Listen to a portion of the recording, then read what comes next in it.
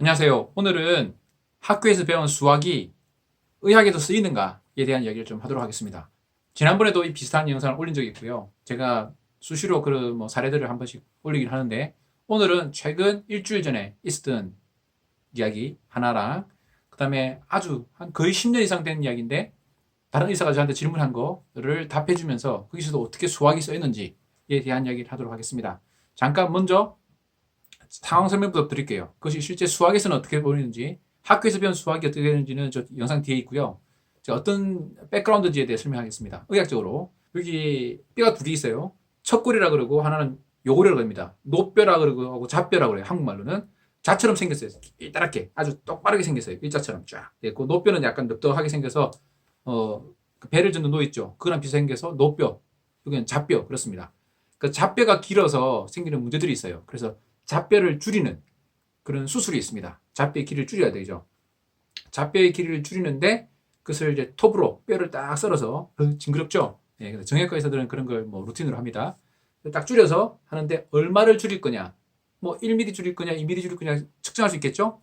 그때 톱의 두께가 있죠. 그 줄이고자 하는 그 측정 기계가 있습니다. 예를 들어 2mm 줄이겠다. 그러면 2mm 줄여서 자를 대가지고 2mm 딱 딴 다음에 거기다가 탁탁 하게 되면 2mm 줄겠죠. 잘 생각해야 될 것은 톱의 두께가 있지 않습니까? 그 톱의 두께가 또 1mm다 그러면 2mm를 줄이고 톱을 딱 거기다가 해서 긋게 되면 그 아래 0.5를 해서 결국 3mm 줄어들겠죠. 이해되시죠? 그런데 이걸 비스듬히 하게 되면 몇 mm 줄어들겠느냐? 그 문제가 생깁니다. 45도로 하게 되면 1mm 톱을 쓸 때 1.4배가 돼요. 루트 2배가 되니까 1.414 되니까 약 생각해서 1.4배 되죠. 그거를 제가 일주일 전에 우리 다른 의사 선생님들이랑 렌트린 데서 이야기를 해줬어요. 45도로 하게 되면 1.4배가 더 증가된다. 그랬더니 그래? 잘 모르겠는데 약간 이런 분위기였어요. 근데 여러분들이 이게 혹시 수학 학생들이라면 공간 벡터까지 할 수도 있지만 그거 아니더라도 기본적인 생각이 있으면 당연히 그렇지라고 할 겁니다. 일단 제가 수학적으로 보여드리겠습니다. 두 번째 사례는 뭐냐면요. 허리가 쫙 이렇게 휜 거를 우린 척추 측만점이라고 합니다.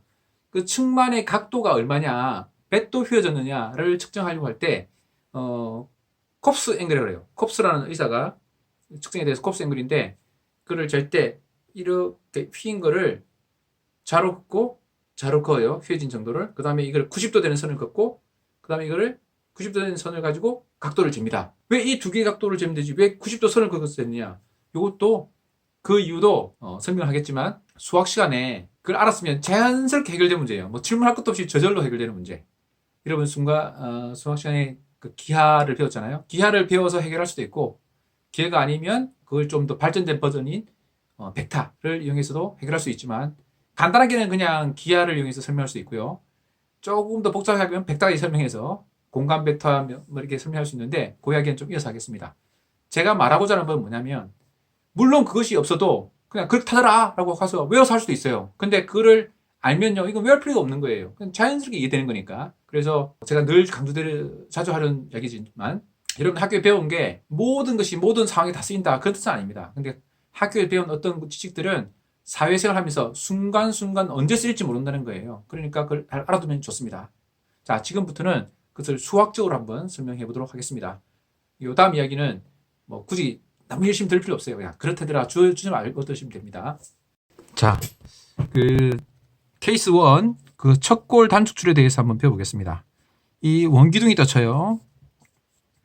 원기둥이 쭉 있는데 여기다가 선을 긋습니다. 2mm 간격으로 선을 그어요. 그리고 각각에다가 1mm 두께를 가진 톱으로 썰어요. 그러면 어떻게 될까요? 옆에서 그냥 보겠습니다. 그러면 이렇게 되겠죠. 여기 2mm고요. 이 간격 2mm고 톱을 이렇게 하게 되면 이 선으로부터 그 절반인 1mm, 0.5mm, 0.5mm 더 잘려지겠죠. 그래서 결국은 요거는 전체는 2mm에다가 플러스 톱 두께 해서 1 해서 총 3mm의 톱이 잘리는 거예요. 그건 잘 이해되시나요? 네. 만약에 이 톱을 45도 각도로 찔렀다고 칩시다. 그러면 어떻게 되느냐?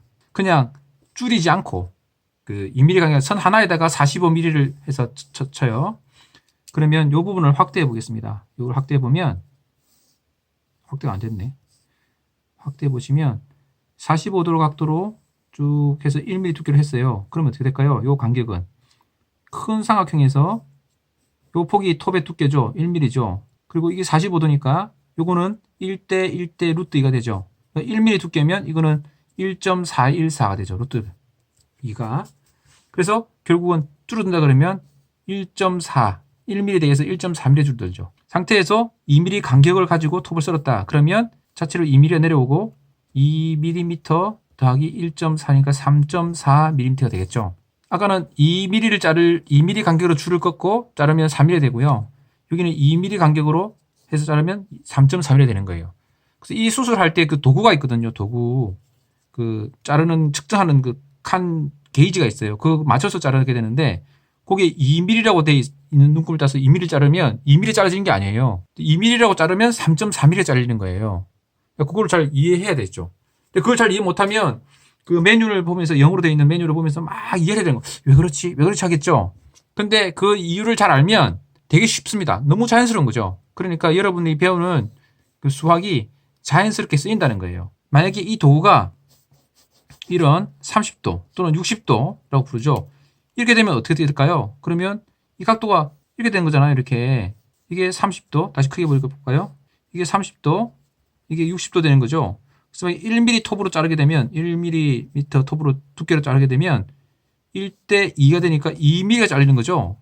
60도가 되면 2mm가 잘리도록 두께가 잘리는 거예요. 그래서 2mm 간격으로 눈금에서 자르게 되면 톱니가 1일 때는 2배 되기 때문에 총 4mm의 단축이 생기는 거예요. 그래서 몰라도 어디서 할 수 있죠. 몰라도 어디서 할 수 있고 찬찬히 생각하면 됩니다. 또 그렇지만 알면 훨씬 단순해지는 거죠. 간단해져요. 이게 케이스 1이고요.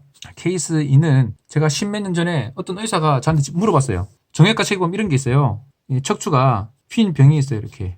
그래서 이게 얼마 정도 휘었나를 알기 위해서 여기다가 이렇게 해서 선을 긋습니다. 쭉 선을 그어요.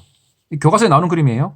쉽습니다. 아주. 개념 자체는. 그 다음에 이 가다가 변곡점이라 했어요. 여기가 좀 벌어졌는데 여기가 좀 벌어지면 변곡점 되는 그 지점을 지어서 쭉 선을 긋습니다. 그러면 요 선과 요 선이 휘어진 각도를 전력하면 요 각도를 재면 되잖아요. 시타. 근데 교과서에 그렇게 나오지 않고요. 여기다가 90도 선을 긋고 여기다가 90도 선을 그어서 요 각도를 재는 걸로 나와요. 요 각도를.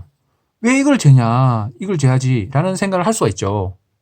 여러분 생각 어떠세요? 당연히 이걸 재면 되죠. 이 두 선의 각도는. 근데 교과서에 요걸 재도록 되어 있어요. 이 각도, 이것도 같은지 한번 증명해 볼까요? 예, 증명하실 수 있을 겁니다. 여러분들은 쉽게.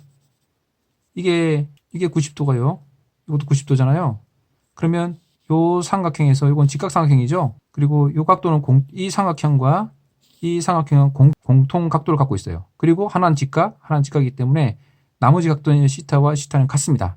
그렇기 때문에 결국 이 각도를 재는 것과 이 각도를 재는 건 같아요. 이렇게 설명하는 방법은 뭐죠?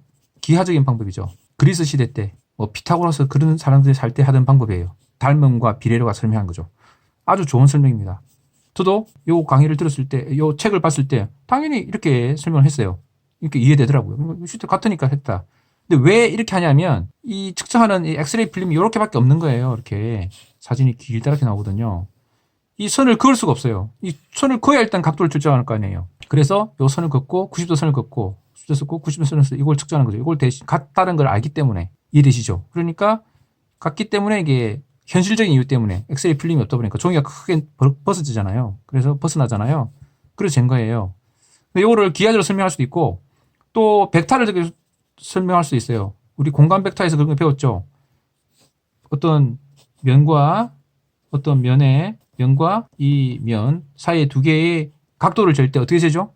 이 면의 평면의 법선 벡터와 이거의 법선 벡터 두 개의 내적을 하고 코사인 시타를 재가지고 하잖아요. 그런 거 나실 수도 있고 안 하실 수도 있어요.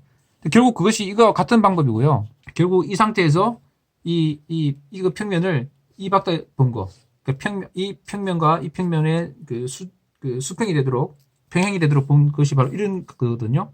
이 상태에서 여기 법선 벡터, 여기서 법선 벡터를 해가지고 이 법선 벡터의 두 개의 각도를 재는 것이 이거와 같다. 이 뜻이죠. 그러니까 이 평면과 이 평면의 각도를 재는 것은 결국 법선과 법선의 각도에 재는 것과 같다. 라고 이해를 해서 여러분들이 많이 계산했잖아요. 평면의 식에서 법선 벡터를 구하기는 되게 쉬우니까.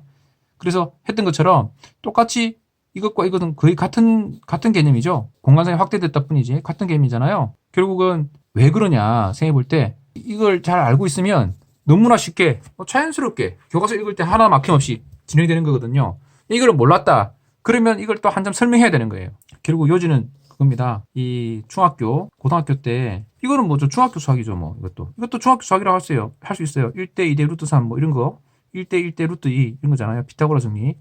중학교, 고등학교 때 배운 그 수학 것들이 구석구석에서 쓰인다 이런 이야기를 하고 싶은 겁니다. 그걸 알면 훨씬 편하게 접근할 수 있어요. 또 다른 케이스도 많습니다. 제가 다른 뭐 피부 이식하는 것도 제가 피부 어드밴스 하는 것도 한번 동영상 올린 적도 있고요. 그래서 뭐 아주 고등 수학에 쓰이는 건 아니지만 간단한 수학들이 의학에서도 많이 쓰이고 있습니다. 아주 고등 수학에 쓰일 때도 있어요. 그런 케이스들도 다음에 또 설명드릴게요. 지금 당장 떠오르는 생각도 몇 가지 있는데 지금 하지는 않겠습니다. 지금 하고 있는 공부 열심히 하세요. 그리고 마음껏 활용하세요. 그래서 훨씬 더 좋은 의사 선생님 되시길 바랍니다.